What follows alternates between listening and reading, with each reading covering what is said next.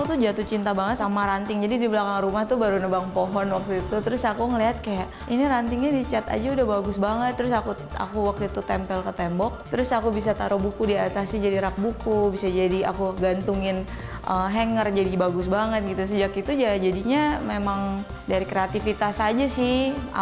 Melihat apa tuh sekarang jadi kayak bisa ngelihat bentuk lain dari benda itu gitu.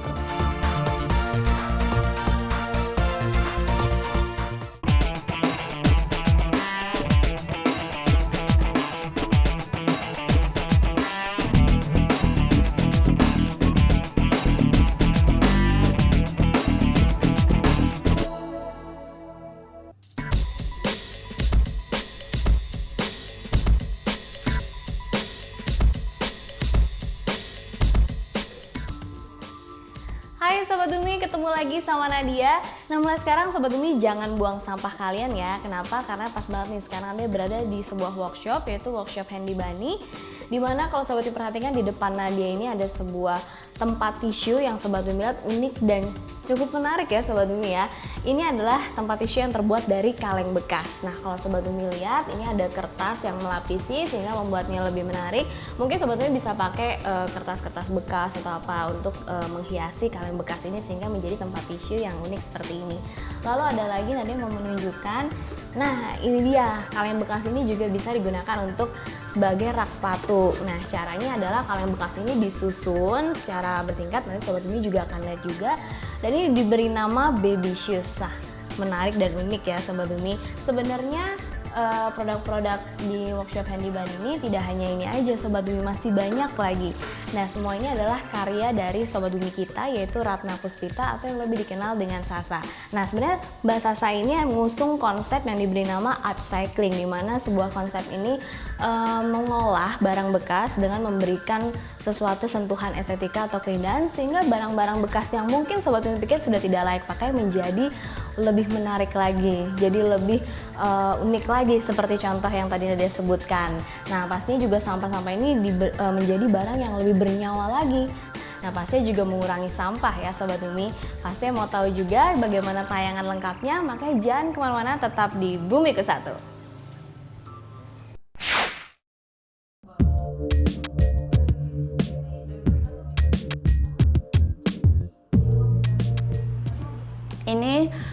Ini dari ranting pohon. Aku waktu itu dapet ini pohon rambutan kalau nggak salah. Nah ini tinggal dicat, dipilih aja bentuknya yang kira-kira bagus dan aku jajarkan dua gini, di attach ke tembok, bisa jadi rak buku. Kadang juga aku taruh hanger dan baju di sini gitu. Untuk kalau misalnya ke kamar mandi, handuk juga bisa aku taruh sini.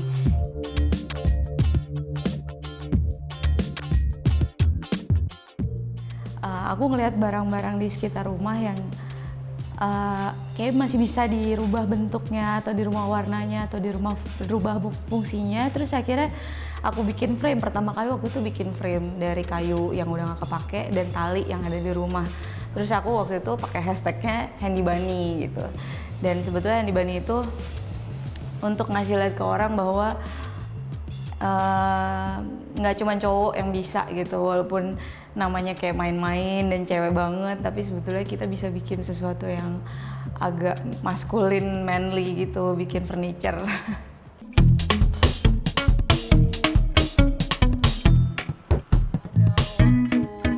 Dulu sih aku pengen banget jadi interior designer sebetulnya, tapi waktu waktu udah daftar, udah dapet beasiswa, mamaku pengennya UI FISIP gitu, jadi ya udah aku belok lah ya.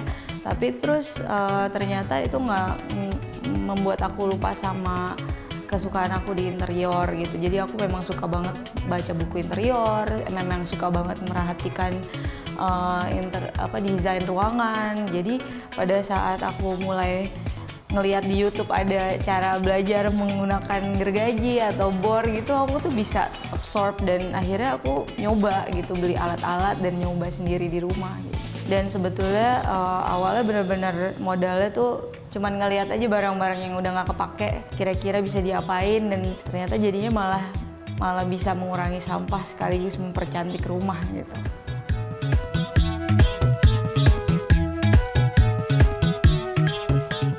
Ya, Handy Bunny yang komersil itu baru 7 bulan.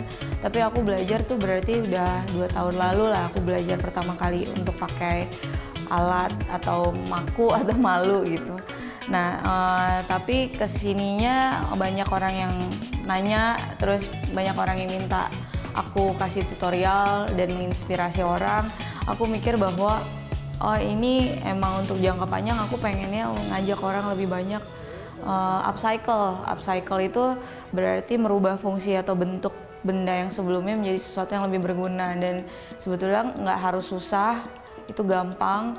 Dan sampai sekarang Handy Bunny itu udah ya dijual, udah keluar Pulau Jawa juga, tapi sebetulnya misi utamanya pengennya ngajarin orang untuk lebih ngelihat potensi dari sesuatu sih, jadi nggak main dibuang gitu kalau punya sesuatu yang udah nggak kepake.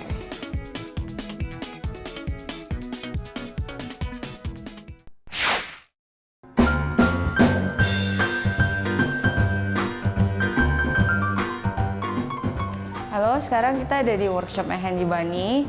Aku mau kasih tahu beberapa items yang kita udah pernah buat.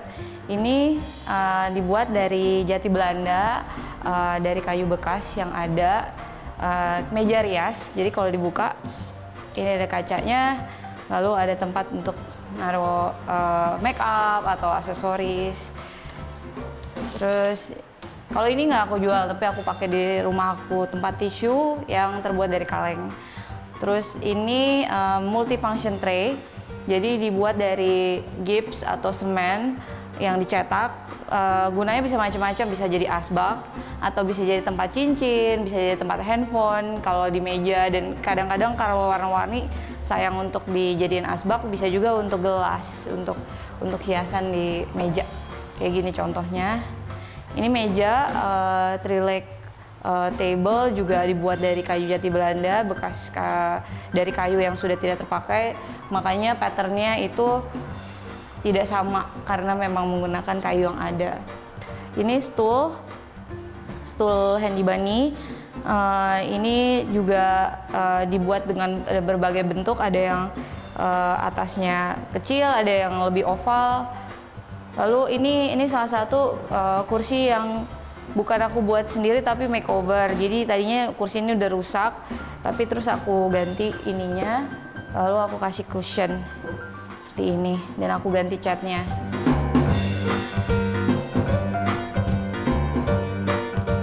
Ini juga dari ranting, tapi ini aksesoris hanger.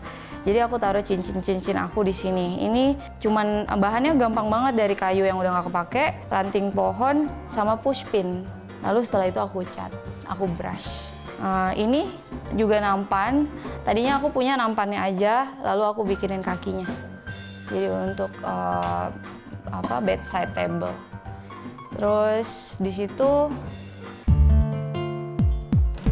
ini yang tadi aku bilang ada kaleng bekas, bisa dimanfaatkan untuk berbagai kontainer gitu. Ini adalah untuk tempat sepatu baby aku gitu. Dan kalau sepatunya makin banyak, bisa ditambah kalengnya dan bentuknya bisa heksagonal, bisa persegi panjang atau mengikuti ruangan panjang ke atas.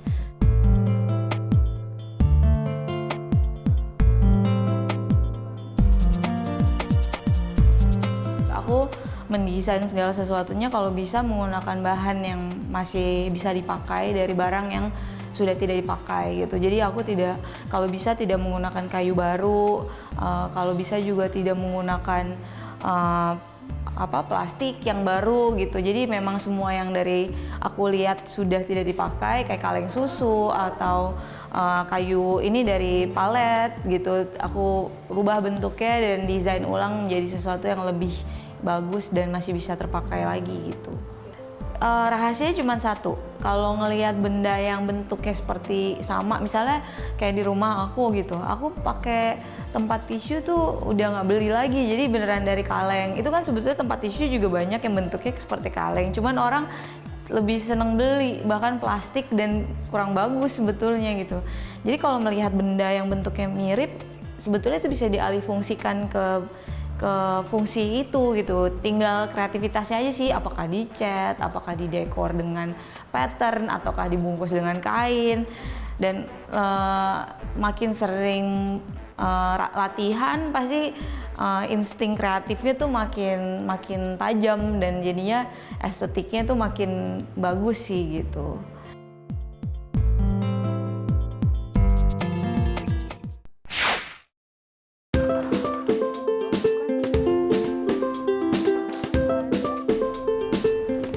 Oke, sekarang yang kita akan buat, jadi hari ini akan memanfaatkan majalah karena kita di rumah pasti banyak banget majalah yang udah nggak kepake, terus jarang dibaca juga, tapi masih bagus kondisinya.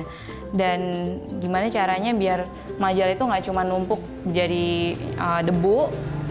Ini gampang banget, kita akan bikin semacam ambalan tapi dari buku atau majalah yang kita udah nggak pakai itu. Yang perlu disiapin majalah. Kalau di sini aku pilihnya yang kalau dari samping kelihatannya hitam gitu, dan ini lumayan kaku, lumayan berat. Terus habis itu siku ini bisa dicari di material, harganya mungkin sekitar 7 ribuan. Terus lem ini untuk memperkuat murnya aja. Kalau misalnya murnya udah ada yang sangat pas, sebetulnya nggak perlu, nggak apa-apa.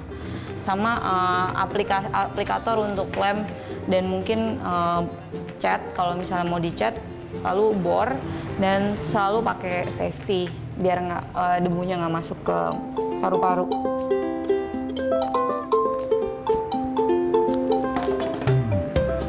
Oke, pertama kita ukur dulu di mana kita mau mengebor bukunya ya.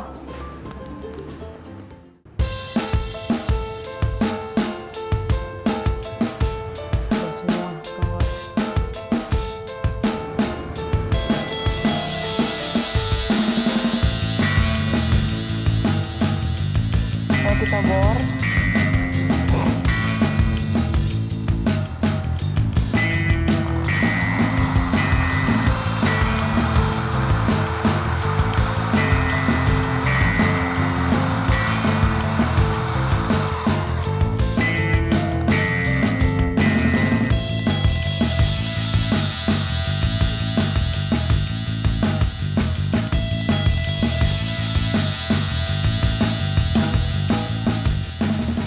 Sekarang udah jadi nih 2 ambalan dari majalah gitu. Nanti kita tinggal pasang di sana di atas, terus kita lihat hasilnya setelah kita taruh buku di atasnya. Yuk.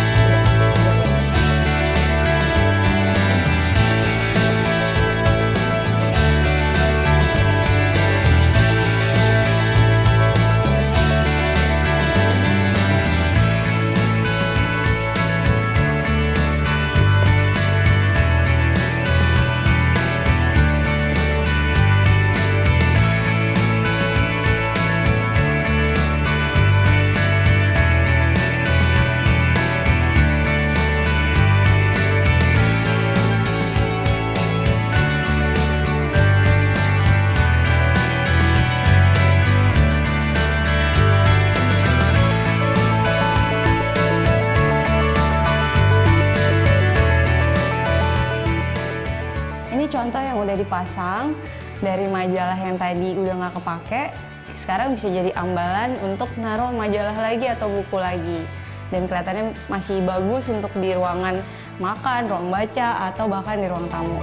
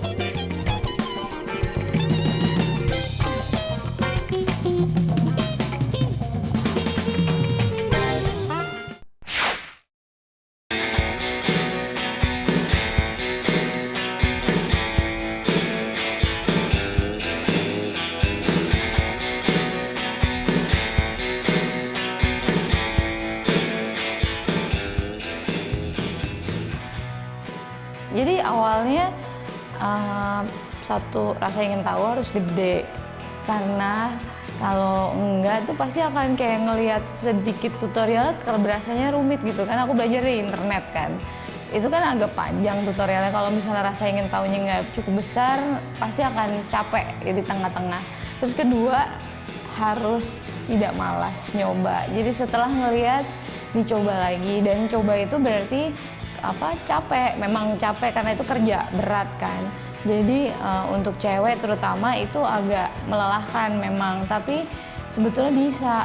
Dan ketiga ya sering-sering aja lihat reference, terus udah gitu belajar lagi dari berbagai sumber gitu. Style itu kan kalau bisa, maksudnya kalau teknik kita bisa pelajarin, tapi style sama taste itu emang kita harus asah sih.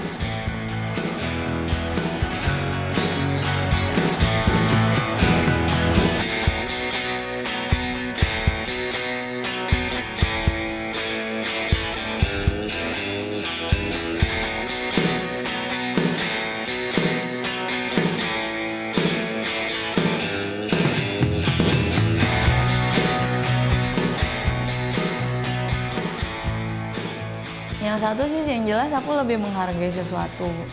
Jadi aku nggak main membuang barang yang aku beli atau aku pakai gitu. Misalnya nampan yang sebetulnya udah kurang bagus, itu kalau misalnya dihias atau itu bisa dirubah menjadi alas sepatu misalnya gitu.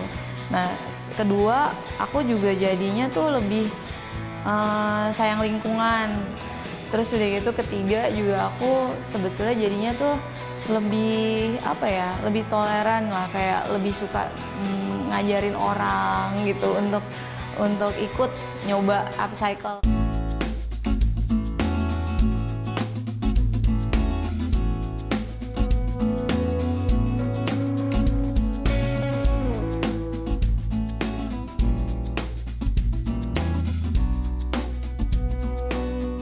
Kalau aku sendiri mungkin nggak bisa mengklaim bahwa sudah melakukan banyak ya.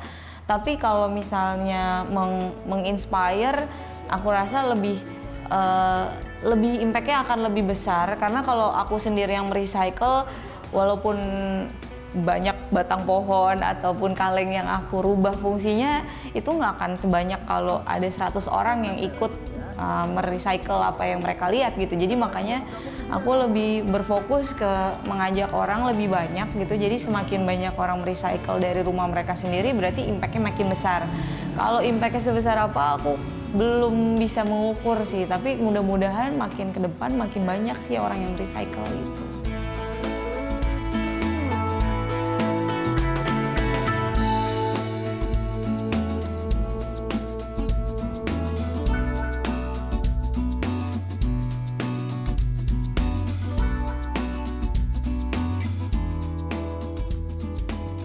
Itu juga bagus sih kalau ditanemin sama anak dari kecil, karena mereka jadi lebih bisa menghargai apa yang mereka punya, bukan cuma minta beliin terus gitu dirusakin dibuang, tapi karena mereka bisa ikutan misalnya bikin upcycle gitu, mereka mungkin hasil bikinannya sendiri jadi lebih sayang. Dan abis itu lebih bagusnya lagi, karena mereka terbiasa untuk diajarin kreatif dari kecil, mereka lebih gedenya nanti resourceful.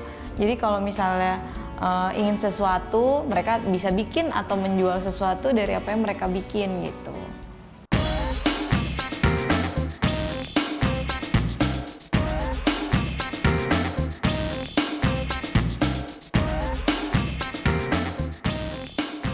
Kalau filosofinya itu we cannot change the world but we can recycle.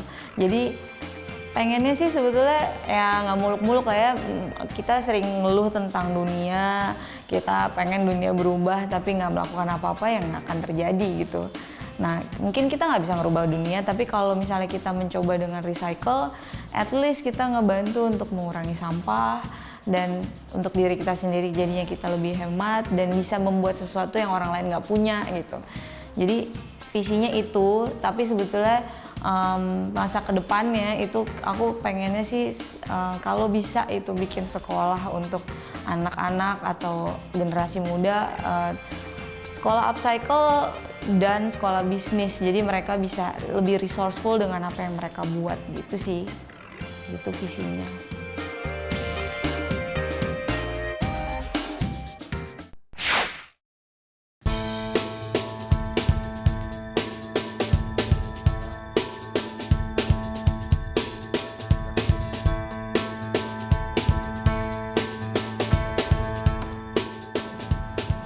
Sobat Umi sudah saksikan kan tayangan lengkap dari Handy Bunny di episode kali ini? Bagaimana? Menarik bukan? Nah, seperti yang dia bilang di awal, produk-produk di Handy Bunny ini tidak hanya tempat tisu atau tempat sepatu yang disebutkan di awal. Seperti di belakang Nadia, ini namanya rak rakit. Nah, rak rakit ini bisa ditaruh untuk apa saja, bisa ditaruh untuk hiasan, pajangan, buku-buku seperti ini.